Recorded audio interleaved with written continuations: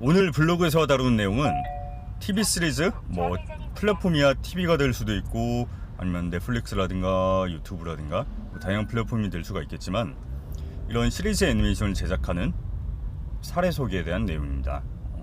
제 개인적으로는 되게 기쁜데요. 국내 사례 소개예요. 아마 뽀로랑 타요 모르시는 분 없을 거예요. 뽀통령 모르시는 분 없을 거고, 타요 같은 경우는 꼬마 버스 타요 아마 한번 다들 보셨을 거예요. 파란 버스 캐릭터.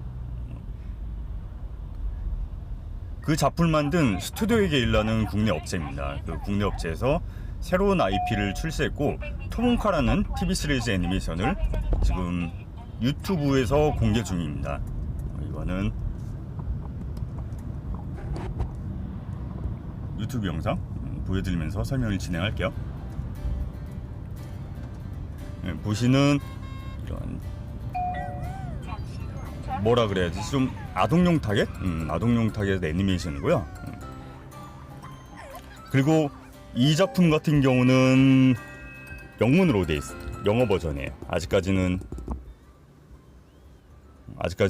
영어 버전으로 지금 서비스를 하고 있고, 처음부터 이게 글로벌 타깃으로 만든 작품이었어가지고 지금은 영문 버전이 올라오고 있고, 아마 언젠가는 한글 버전도 만들겠죠? 제가 그 비즈니스적인 플랜까지는 정확히 모르겠어요. 어쨌든 이 스튜디오 길 분들하고 처음 미팅했을 때는 사실 그 안에 유니티를 사용할 줄 아는 사람이 없었거든요. 근데 이게 애니메이션 업계도 마찬가지고 게임 업계도 마찬가지고 우리나라 아티스트 분들은 다들 능력자인 것 같아. 이 유니티도 금방 정하시고 R&D도 계속 진행하고, 그러다가 지금 본격적으로 프로덕션 단계에 있어서 계속 에피소드를 제작을 진행하고 서비스 중입니다. 특히 이게 HDRP로 만들어졌거든요. 국내에서는 이제 HDRP로 TV 시리즈 애니메이션을 만든 첫사람인 것 같아서 되게 감흥이 깊고요. 그리고 사실 여기 HDRP 되게 좀 초창기 버전부터 사용을 했어요. 이 오히려 그래서 우리가 더 죄송스러운 면도 있긴 한데 이게 지금이야 HDRP가 정식 버전이고 어느 정도 안정화가 돼 있긴 하지만, 다시 블로그로 돌아갈게요.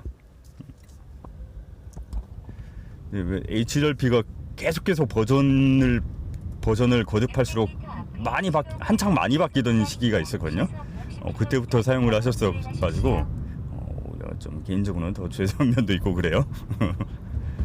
그래서 어쨌든 계속 설명을 쭉쭉쭉 진행을 해보면은 요 유니티에서 애니메이션 제작을 진행하는 내용에 대한 거는 유니티 코리아 채널에서도 마찬가지고 제 개인 채널에서도 몇 번 언급을 한 적이 있을 거예요.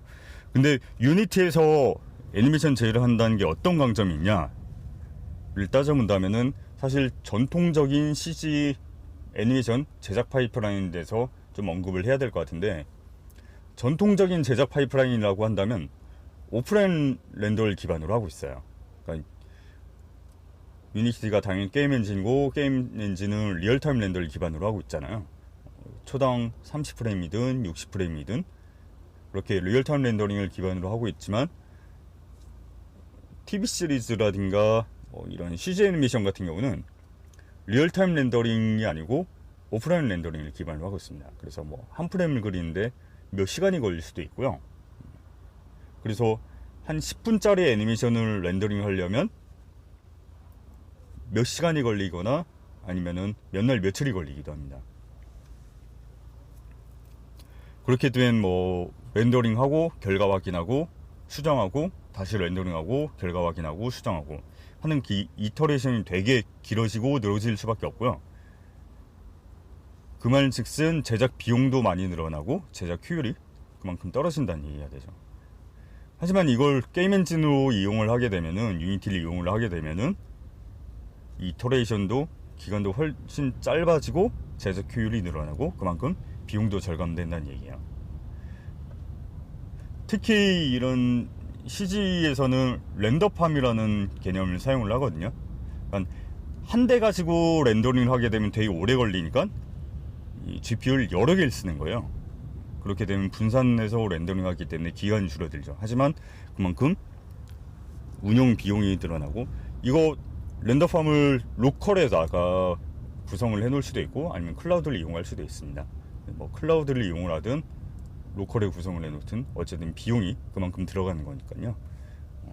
제작 기간뿐만이 아니고 전체적인 장비 운영 비용도 그만큼 절감을 할 수가 있는 거죠. 그리고 이 스튜디오 이길 같은 경우는 유니티를 사용하기 이전에도 자체 제작 툴들을 많이 이용을 했어요. 그래서 데이터 파이프라인이라든가 아니면 뭐 데이터 운영이라든가 그런 부분에서 뭐 커스터마이징한 툴들을 이미 많이 사용을 하셨었는데, 유니티를 사용하면서도 이런 DCC하고 그러니까 마야를 사용하거든요. 여기는 마야랑 유니티랑 데이터를 왔다 갔다 하는 그런 데이터 파이프라인 쪽에서 커스터마이징한 툴 많이 사용을 하셨었습니다. 여기는 되게 진짜 개발 잘 하시는 것 같아요. 그래서 저희가 이런 솔루션 페이지라고 있어요. 이걸 딱 보여드리면은, 이 페이지를 보여드리면은 이런 필름, 애니메이션, 시네마틱에서 유니티가 어떻게 사용될 수 있는지 이런 사례들을 소개하는 내용들이랑 어떤 강점들이 있고, 그리고 어떤 피처들이 있고, 이런 버추얼 시네마토그래피는 그 가상 프로덕션을 얘기하는 거거든요. 이 내용도 되게 재밌어가지고 이건 제가 나중에 이것도 한번 길게 다뤄볼게요.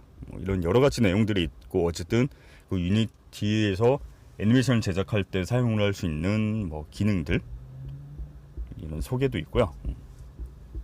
이런 식으로 되게 보시면 재밌는 내용들이 되게 많이 있을 거예요. 그리고 다시 이 토몬카 페이지로 가서, 토몬카 사이트로 가서 여기 가시면은 에피소드가 계속 올라오고 있거든요.